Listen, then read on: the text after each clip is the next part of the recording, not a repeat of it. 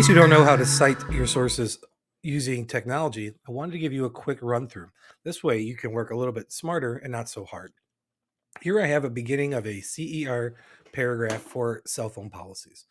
I have a centered title, and then I have my first paragraph with an introduction. So I'm just giving a little context to the situation so that people have a sense of what it is I'm about to discuss in detail. So I wrote, in case you don't have a teenager in high school, you may not know how much of a hot topic cell phones are in school. Some schools have banned cell phones entirely from their school day, forcing students to put their devices in magnetically sealed bags like Yoder bag.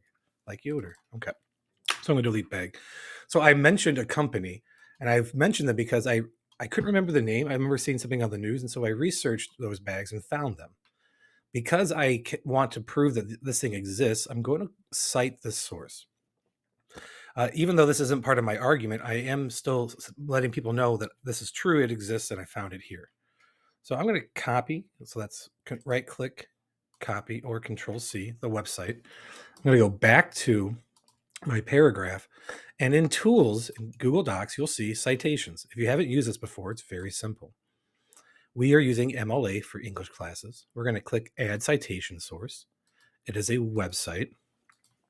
Now, this is not going to give us the best in-text citation because it doesn't have an author. It doesn't have all that other information. And when it searches that website, it's going to tell you, we don't know the year that website was published, and we can't find out who wrote it.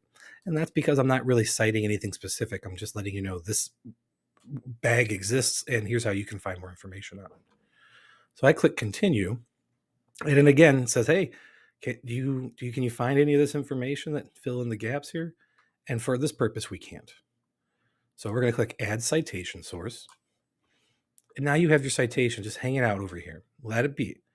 In your paragraph, where you're going to insert your in-text citation, put your mouse, make sure the clicker is clicking, and then over here click Cite, and you'll notice it says Insert in-text citation. Boom. Period. And you're done. And you can continue typing your essay. Okay, so I've started typing the rest of my CER paragraph. I have my transition into my claim, the policy I want to advocate. It is evident that teenagers cannot be trusted with their cell phones accessible. And so, I advocate that Greenfield High School adopt a zero cell phone. Oops, so you see me correcting as we go. A zero cell phone policy during the school day. Now I got to give my main claim that I'm going to support with three different facts and evidence. One reason why this cell phone would be most beneficial is that cell phones have negative effects on student wellness. So my main first claim is about student wellness. Now here's the source I want to cite. And this website, which I found from our bank of articles, I want to mention this part here, the negative effects on cognitive control. That's your ability to control your brain, academic performance, and social-emotional functioning, your ability to regulate your emotions.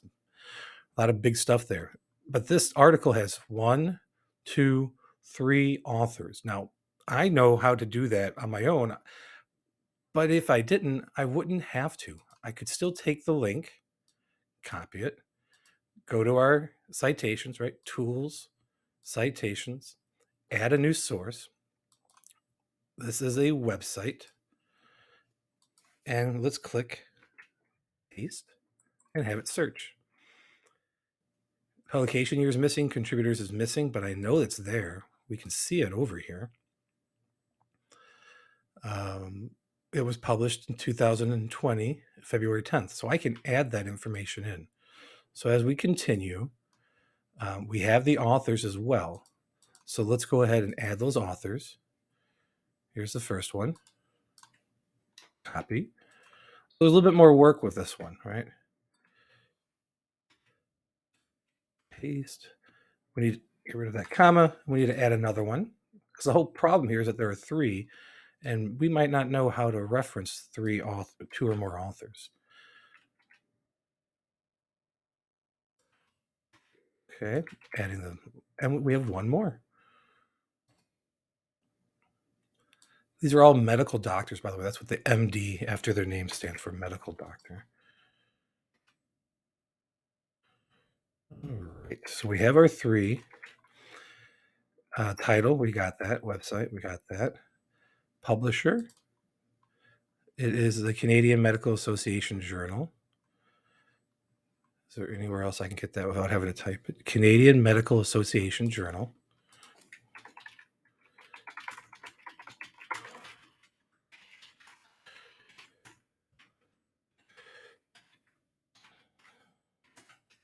Okay.